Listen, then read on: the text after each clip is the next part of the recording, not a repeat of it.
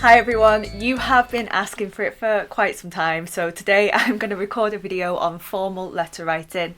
Now it's aimed mainly at students who are studying first language English, but I do know that I have some 1123 O-level students in here for whom this lesson might also be useful. So let's get started.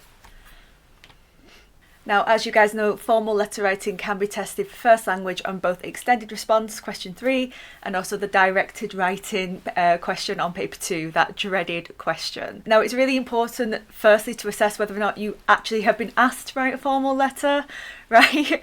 So you need to check your question. If, for example, you are writing to your boss, or you're writing to a group of business people, or writing to a local politician, then yes, it's formal. However, if Cambridge asks you to write a letter to a friend, then clearly all of the things that I'm talking about today are not relevant. So just check and double check your question paper. Have you actually been asked to write a formal letter? And just before we get going, don't forget that you can find more lessons like this on my website for free at taughtly.co.uk. I offer tutoring, group classes, first language English masterclass coming up in March and April, more information in the comment section, and courses that you can do in your own time with quizzes. And if you are a teacher, I've got some free teaching resources on there too, so do check out my website. I'm now going to take you through some language features that you might commonly use in a formal letter. So the first thing that I really want to drill in your heads is that there is no need for an address. Why do you guys do this? You're not writing a real letter. So there's no need to write your address and the recipient's address at the top of your letter. You're wasting your time. Doesn't impress anyone. You get absolutely no extra marks for it, so please don't do it.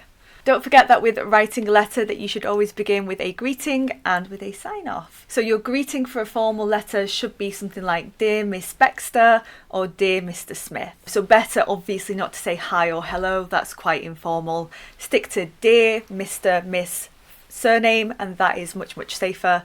And don't forget that with your greetings that they should always be followed by a comma, so no space, comma, and then you start a new line after it. Then you need to give a sign off at the end of the letter. So many students forget to do this. To be honest, I don't think that I would dock you marks for forgetting a sign off, but I would just think, what are you doing? How have you forgotten that? So some safe sign offs that you can use for formal letter writing would be yours sincerely, comma, new line, your full name, Miss Sarah O'Rourke in my case. And it's even nice sometimes you can make up a job role for yourself. If, for example, you're writing a letter to your boss, like we are going to do in today's example. So I gave myself a fake job role, head of marketing. And do notice that with this sign off, it is new line, new line, new line. Don't forget, once again, yours sincerely, you need a comma after it. And it is quite nice to give your full name and your title. It's a sign of deference, right? So that you are showing to your boss, who is your superior, you are Mr. Baxter, but I am Miss Sarah O'Rourke, because I'm slightly lower than you, therefore you can call me by my first name, but I can't necessarily call you by your first name. So that's creating that formality by having those slightly different ways of writing each of our names. Again, it's not 100% necessary, it's just quite nice to do. Really important with letter writing is that you create a sense of audience, and this goes for whether you are writing a formal or an informal letter. No matter who you're writing to, you are likely going to have some relationship or connection with them, or you hope that you're going to have some relationship or some connection to them. So if you were writing an informal letter to a friend, you might start off by saying something like, Hey, Ali, recently I bumped into our friend Bob and he told me you've been doing really great. Heard you've got a new girlfriend, comma, what's she like? Anyway, he said that you're having some difficulty with your job, so I thought I'd write to you and see if I can help, right? Because here we're creating this sense of, I know you, we've got a mutual friend, I heard this and this is why I'm writing to you. Now, what would the equivalent be if you were going to do this for your boss? So if it was your boss, probably you would know them. You might work in the same office building, you might chat every now and then when you're making a cup of tea in the staff room. So you're trying to show that you know them and that also you work at the same company, you've got things in common. So for example, with my opening to my letter, which I will show you later, I wrote, I am writing to you to make some suggestions for ways our company could improve its productivity, boost morale and move forward with our shared goal of capturing the local paper market, allowing employees to listen to podcasts. Indeed, I know your concerns regarding podcast listening, yet my recent research regarding this topic may be of interest to you. So here I'm trying to make it sound like I actually know my boss, right? So firstly, I know something about them. You know that they're concerned about listening to podcasts, that they've probably argued against it in the past. So that's showing that you know like one of their opinions. I'm using some collective pronouns, for example, our shared goal of capturing the local paper market, to show that me and the boss, we work at the same company. And also, like, if they're your boss, where do you work?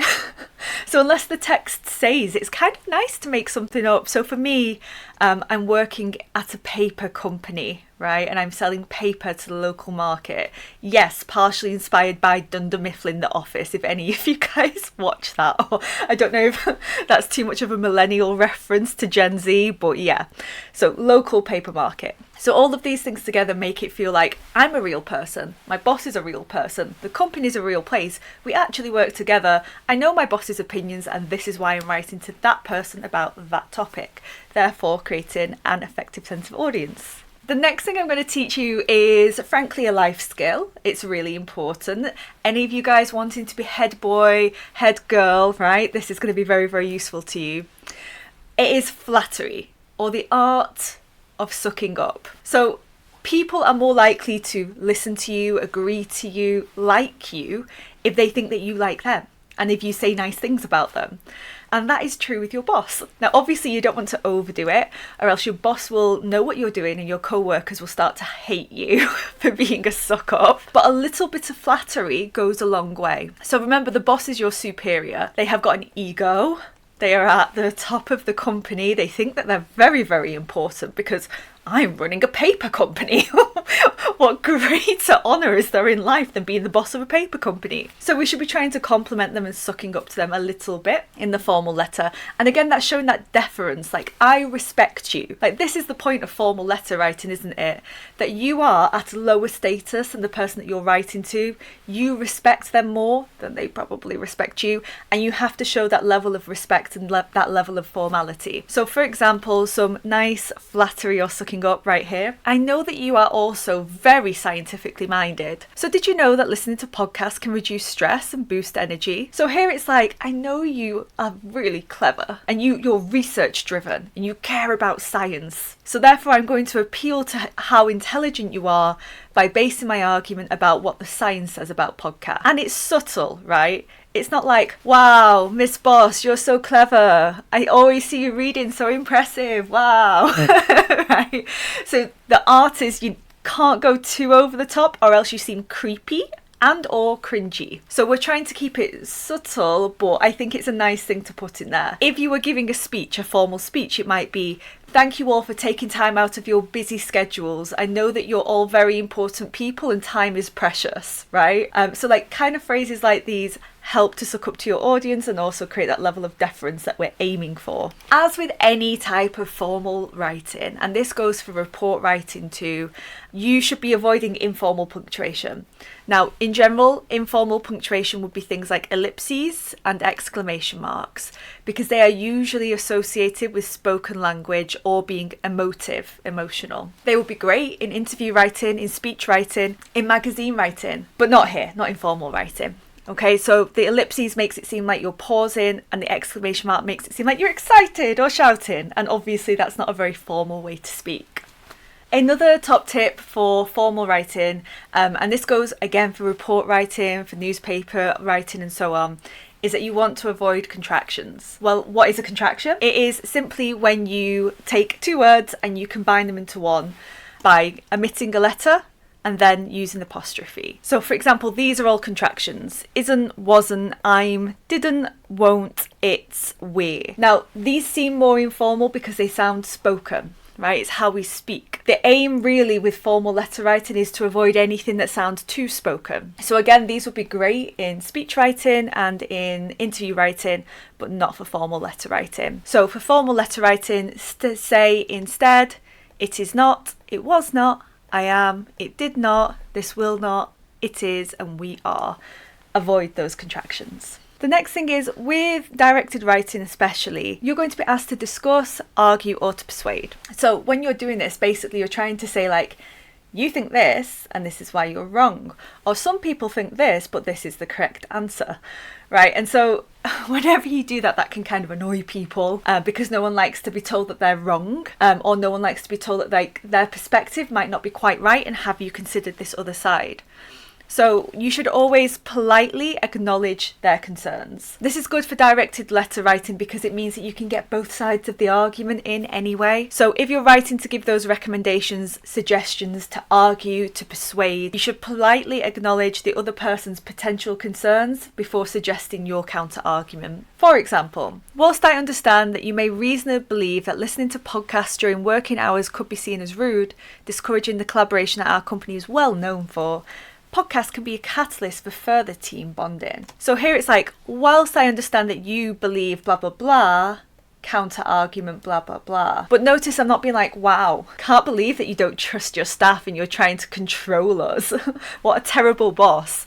I'm like, whilst you reasonably think that it could be seen as rude and discourage this great thing that our company is well known for, actually it can make our company even greater, right? It's like, our company's already great and we can become even greater if we right? So that's a much more polite way to acknowledge someone else's point of view that you are ultimately saying is wrong. You never want to just like straightforwardly say, this is wrong. In fact, I once did a task like this with my year 11s who are now year 13s. Almost on their way to university, where they had to write a letter to a girl who was arguing in favour of school uniforms, and they had to argue against her, and they had to say why school uniforms were a bad idea. And I said again and again, right, we have to be polite. You can be lively, you can be passionate, but you can't be rude to her. And still I got letters given to me that were like, wow, I can't believe that someone that is a student can be so stupid. Do you learn anything in your school? Wow, we can't say that. So it's all about trying to keep the other person's ego intact without offending them, showing that they are superior to you, and therefore hopefully they might listen to some of your ideas. So this polite but lively tone is often what we're going for, and avoiding insult. Here are some sentence structures then if you have to make a suggestion or you're trying to politely persuade someone that they should be doing something slightly differently. So these are some structures that you can use. I suggest that we do something. I propose doing something. Our proposal is to do something. I would like to put forward the idea of doing something. According to our findings, it might be a good idea to do something. There were benefits if we did something. Doing something would be very beneficial. Many problems could be solved by doing something. The key to solving this problem is to do something. The bottom line is we need to do something. So all of these would be like a formal, polite way to make a suggestion. And notice that the verb form is the form that you should keep. So for example, I suggest that we allow listening to podcasts. I propose allowing podcasts to be listened to. Our proposal is to allow listening to podcasts, right? So the verb form there is exactly correct. So you change your verb for the verb that you want, but you keep it whether it's ing or to blah blah blah, and then the something would be obviously the thing that you're suggesting. Now, once again, with writing these formal letters, you are trying not to be too bossy, right? Because you are not the boss. So you're trying not to sound like you're the expert and that you're trying to directly tell someone what to do. So a really good thing that you can do is to use modal verbs to soften your demands. Now, what are modal verbs? Well, they are auxiliary verbs that are used to express possibility, necessity, ability, or permission. And when I say auxiliary, what that means is they add on to another verb, right? So for example, can, could, may, might, they're all modal verbs. And they would be used with another verb like can sing, could dance, may eat, might sleep, right? So that's what I mean when I say that they're auxiliary. They add on to another verb. And when they're adding on, basically, they're often adding on either that you absolutely have to do something or that you maybe could do something, right? So this is why they're quite useful, because they're softening your demands. So if you say, for example, our workplace can trial listening to podcasts, it might benefit staff, then that's a lot softer than saying we must listen to podcasts. So you want to be using the ones that make you sound more hesitant, more gentle, more soft in tone. So for example, you can say, this suggestion may result in the improvement of working conditions for staff, or our company could trial listening to podcasts. So notice here I've got modal verb and my main verb, but that modal verb, the role that it's doing in the sentence is to make me seem less demanding, right? Because we are deferring to our boss. Now, in terms of vocabulary use, basically, you want to stay as academic as possible. So you're trying to avoid using slang, spoken language, or any form of informal language. Avoiding emotional language too. It's okay to be passionate, argumentative, but you don't want to sound like you're trying to be too emotionally manipulative. Basically, when you're writing your formal letters, your aim is to sound like you are an adult and you are mature. Trust me, I am a very wise old man, right? That's the tone that we're going for. And even if you are complaining, arguing, or making a suggestion, you want to try and keep your tone neutral, right? So you're not judging, you're not criticizing, and you're not being rude. You're just making some suggestions that might, modal verb, might improve the company. You can also use some formal transition words. These are useful in general, right? They're useful in summary writing to kind of connect between ideas. But I wouldn't recommend that you're using them to write to your friend. If you were writing an informal letter and you're like, hello friend, nevertheless, we shall persist in our endeavours. On the other hand, have you considered asking your mum if she will drive us to the concert? Consequently, it may be cheaper for us, right? That would sound far, far, far too formal for typing a letter to a friend. But here, we're wanting to sound formal. So these words can sound very good. But as always, don't overuse them, otherwise you'll start to sound strange. I think that's just good advice in general. If you overuse any of these techniques, you're obviously going to sound strange. It's not going to sound natural. So here are my formal transition words. However, therefore, initially, furthermore, additionally, moreover, not only, but also, similarly, likewise, correspondingly, nevertheless, on the other hand, conversely, in contrast or by contrast, consequently, hence. I like hence. As a result, ultimately, lastly, in essence. And if you want to be super formal, thus. Why not? Do you know, I actually use thus quite a lot in essays. I think it's like something that got embedded in my consciousness when I was like 15, and now here I am and I can't stop saying thus. So if you want to try thus in a formal letter, why not? Send me your sentence in the comments. You can also use some relative clauses in your sentences, which is a fancy way of saying you put an extra little bit in your sentence to add extra information. So it's a type of dependent clause that provides additional information about a noun. So here we've got our noun, the airport, the passengers, and the additional information here, which is located in the heart of the city, about the location, and here about time, who arrived late. So they are really, really useful because they add on the extra descriptive or defining information.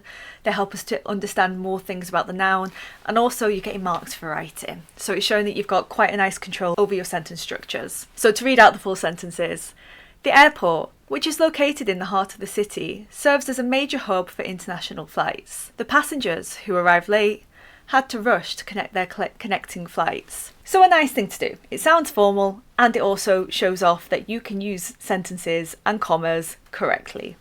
To avoid sounding rude, it's also a good idea to try to use some generalizers and some reporting verbs. Now, a generalizer is a way of speaking about groups of people without being too specific. Why is that formal? Well, imagine you're writing to your boss about, like, as the topic's going to be today, why we should be allowed to listen to podcasts. And I said, Lindsay from HR, she said that it's really unfair and that she thinks that she would work harder if she was allowed to listen to podcasts. And also Bob from finances, he told me that he disagrees too. You don't want to do that because firstly, you're going to get your workmates into trouble. It does sound a little bit informal.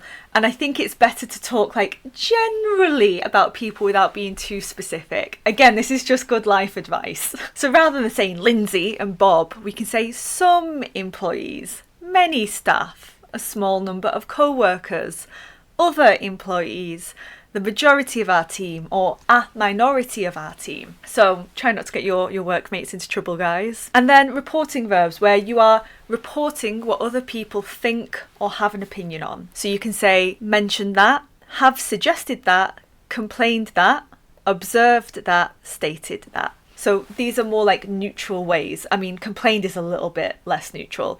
But if instead of saying like, Bob says it's totally unfair, you're saying other employees have observed that it may not be entirely equitable that some staff are allowed to listen to podcasts while customer-facing staff are not allowed. Sounds way more formal, right, than Bob. Bob complained. And I know that students do this because they think, oh, I'm giving an anecdote, like a short story to support my opinion, but it doesn't sound that formal when you do it. And finally, a general writing tip that applies for any type of question 3 or directed writing, no matter whether you're asked to write an interview, a speech, an article, a report, a letter, or a journal. Always use your own words. You get marked down if you copy from the text for both questions. An individual word is okay, but once you start getting to 2 or 3 words in a row, you are going to get a lower writing mark because that shows that you can't use your own words. You don't have the synonyms available to use. So just be really, really careful for that you aren't directly copying from the text because it will give you a lower mark. So don't do it. Always use your own words wherever possible. Okay, now that we have spoken through the different language techniques that you could use in a formal letter writing, it's time to see a formal letter so you can see how this all is put together. I will put a link to the past paper down in the description. If I do forget, then someone remind me. But basically this is for the podcast's past paper. So here is our question that I was answering. I'm only really talking about the writing skills today, so you don't need to preview the text. But if you are interested, then this will get full marks for both reading and writing. It has got evaluation in it. I'm recording right after this my What is Evaluation video lesson that has been so highly requested in the comments. I'll try to remember to put a card somewhere so that you guys can find it. If you are interested, by the way, in doing more directed writing, I have got a first language masterclass coming up. It's starting in March and goes all the way through to the end of April, so it's 2 months, and we will do 2 live lessons every single week, so 18 total live lessons, and I will also mark your past papers 1 question every single week. So if you're interested in joining me live in March for that, then again the link is down in the description and I'll mark your directed writings for you. I get so many emails like, here's my paper, mark it. I'm like, no. I've not got time for that. But if you want me to mark your past paper, there we go. There's your opportunity. Sign up to my masterclass, guys. So anyway, here is the past paper. Imagine you are an employee of a business in which listening to podcasts is not allowed. Write a letter to persuade your boss that staff should be allowed to listen to podcasts in their workplace. So we know that this is a formal letter. We are an employee, we are writing to our boss. Our boss pays our salary. Our boss is the one who decides whether or not we should be fired, or whether or not we should get a raise. So they are up here and we are the lowly peasants down here, and we're trying to get our own way, but also knowing that ultimately it's better to not listen to podcasts than it is to be fired. So we've definitely got that difference in status, meaning that we've got to write formally. Now do notice also podcasts are currently not allowed and we want them to be allowed, so we're writing to the person who disagrees with us and we're going to have to do it very politely and sensitively without offending them, because it's basically like saying you believe this and this is your rule and this is why you're wrong and why you should change your rule. That could very quickly become quite offensive and quite a delicate situation, so we're going to have to handle this quite cleverly with our writing. Okay, so before we even read the full thing, yes, I know it's too small, that's the point, right, don't read it. Here's the overall structure. What are you noticing about the way that I have structured my letter? Beginning with a sign, what do we call it? Okay, so beginning with a greeting, dear Miss Baxter, comma, I can see it because my screen is massive. I'm sure on the little YouTube screen you can't see. And we are finishing with a sign off, and notice each one is new line, new line, new line. Now I've roughly structured it into introduction, 3 main body paragraphs, short conclusion, and like polite hope to hear from you soon sentence, right? So that's the kind of structure that we're going for, and I've tried to keep each of my paragraphs, my main body paragraphs, roughly equal in length. This isn't as important for directed writing as it is for question 3. In question 3 it's the golden rule, right? You've got to keep your paragraphs equal size for each bullet point. For directed writing though, if you did want to add in an extra main body paragraph or something like that, it would be no problem at all. Now, the aim in the introduction is to create that sense of audience, right? So that's your primary goal, and I'll show you it in a second. Try to pick a main topic for each main body paragraph. So it might be that this one is seen as like being about being rude, this one's about productivity, and this one's about profit and money, right? So generally try to group each main body paragraph into some kind of big idea that you pick up from your texts. Do be trying to connect ideas between paragraphs in your topic sentences. So like, okay, I know that you say that it could be seen as rude, blah, blah, blah. Not only is it not rude, but also, and then of course I know that you've got this concern, da, da, da. So you're trying to like link in between each of those paragraphs with your first sentence. And each paragraph, as we've already said, should be roughly equal in size.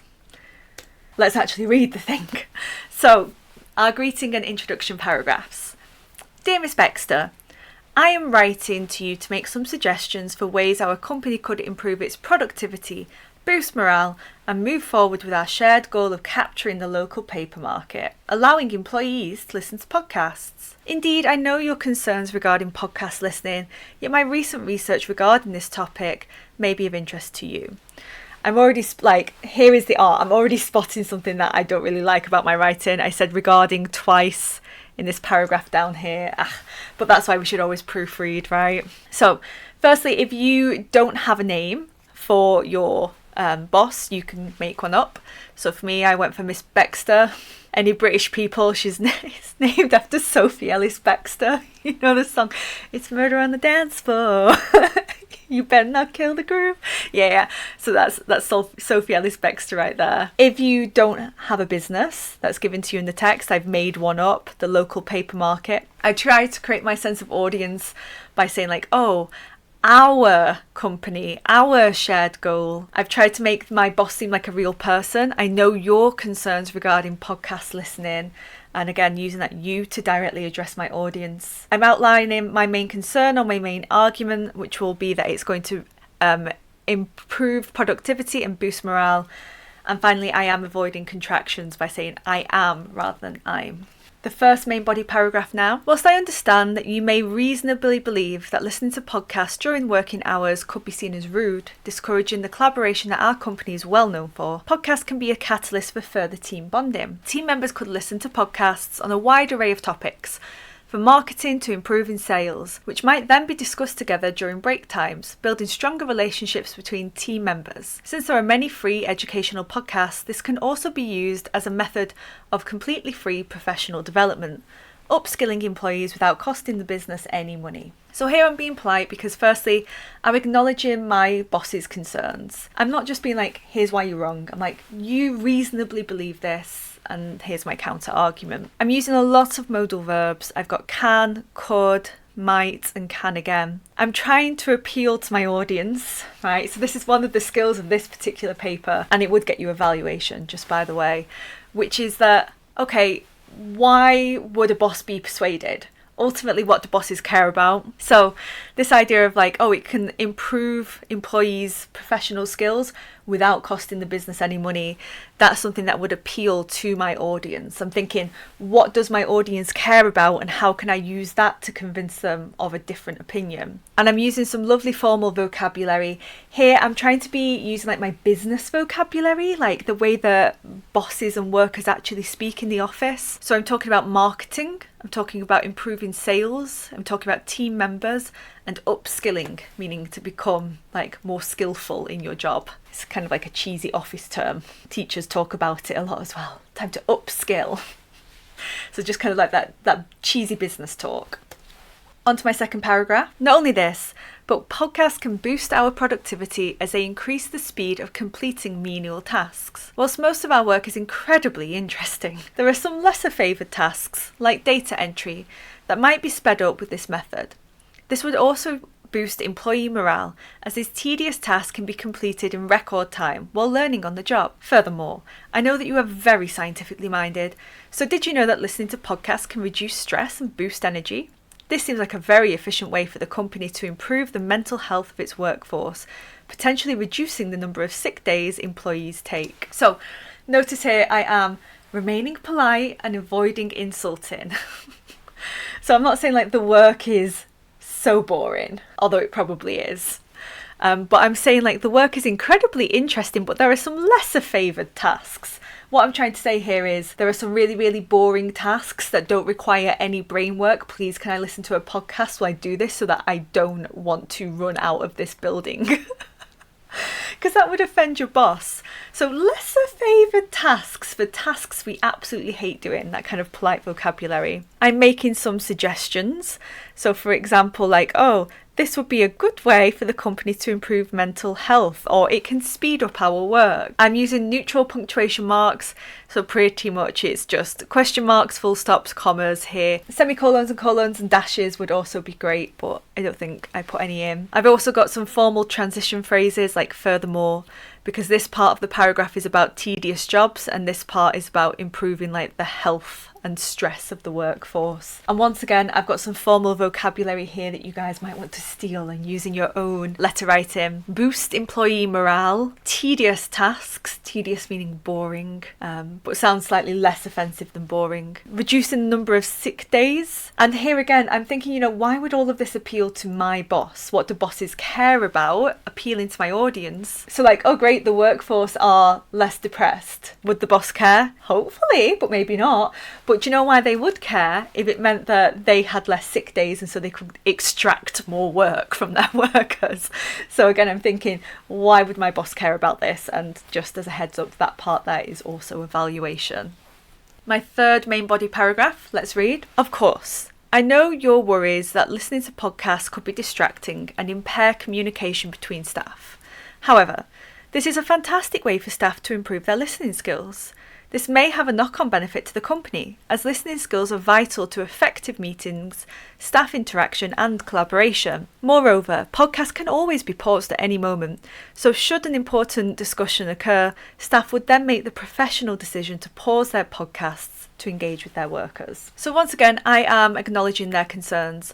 I know your worries that podcasts can be distracting and ruin communication between staff. I'm still using my modal verbs such as would, may, should, can, could, and I'm still using my formal transitional phrases like however and moreover, and I'm using my formal vocabulary such as impair communication, ruin conversation, staff interaction and co-workers.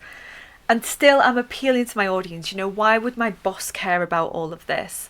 Well, if podcasts improve listening skills, what could improved listening skills do to benefit the company? It means that staff are going to be better in meetings or better at collaborating with each other. And also at the bottom, what I really want to say here is have some trust in your employees that we will get our work done. You don't need to micromanage us and control us. But actually what I'm saying is, should this happen, staff can then make the professional decision to pause it because your staff are adults. Why have you hired us if you can't trust us? But I'm not saying that. I'm trying to politely suggest it. And then finally onto my conclusion and my sign off. So a very, very short conclusion indeed. I hope that my thoughts might prompt you to reconsider the company policy that presently bans podcasts during working hours. It would be wonderful to set up a meeting between us to discuss this matter in more depth. I look forward to hearing from you at your convenience. Best wishes, Miss Sarah O'Rourke, Head of Marketing. So in your conclusion, you want to give a call to action. Basically, why are you writing to your boss? What's the point of this letter? What do you want them to do next? So in this case, it's let's set up a meeting to discuss this. That's my call to action. I'm giving myself a name. You can give your real name. It's somewhat of a myth that you can't use your name on your papers. If you don't want to use your name, you can use my name. And I've phrased it my full name with my title, Miss Sarah O'Rourke. I've also given myself a job title that I made up, Head of Marketing. I think it makes me sound fancy. Formal sign off, so I'm saying best wishes, comma. You can also do yours sincerely, yours faithfully, best regards. Any of those kinds of sign offs are perfectly fine. And don't forget to start a new line, right? So each of those is a new line right here. Also, in terms of being polite, here, it's quite obvious that the policy was put in place by the boss. But I'm not saying, I hope that my thoughts might prompt you to reconsider your policy that you introduced. It's the company policy that presently bans. So here I'm using passive voice to not say your policy that you introduced. I'm keeping that out of it and it's staying more polite so that I'm not directly attacking my boss, even though we both know it's their policy. Finally, onto a revision card with everything that you need to know for formal letter writing. Here are my key takeaways for formal letters. Create a sense of audience. Who are you writing to? So if you're writing to your boss, you know them. You know something about them and their personality and what motivates them, and you should show that in your letter. Use occasional flattery, compliments, and acknowledge their concerns politely. Avoid using informal language, such as phrasal verbs, contractions, slang, exclamation marks, and ellipses. Don't forget to give your greeting in your sign-off. Dear Miss Smith, comma, new line. Yours sincerely, comma, new line, Miss Sarah O'Rourke. Use those modal verbs, could, should, may, might, ought, or would to suggest that hesitancy. Use generalizers and reporting verbs like some staff have observed that. Use formal transitional words such as however, furthermore, and similarly. And remember to always use your own words and do not copy directly from the text. If you like this video lesson and you want more like this, firstly, like and subscribe to my YouTube channel, but don't forget to head over to my website, taughtly.co.uk, for more free video lessons. There's courses, there's quizzes, there's teaching resources, there's all kinds of things on there for IB English, IGCSE First Language English, and even some IGCSE literature stuff that I'm recording at the moment. If you are interested in some tutoring with me, also head over to the website. I do one-to-one, I do self-formed group classes, and I've also got that first language masterclass coming up in March. All of the information is in the description of this video. Thanks so much for watching, guys, and I hopefully will see you in my next video. Bye.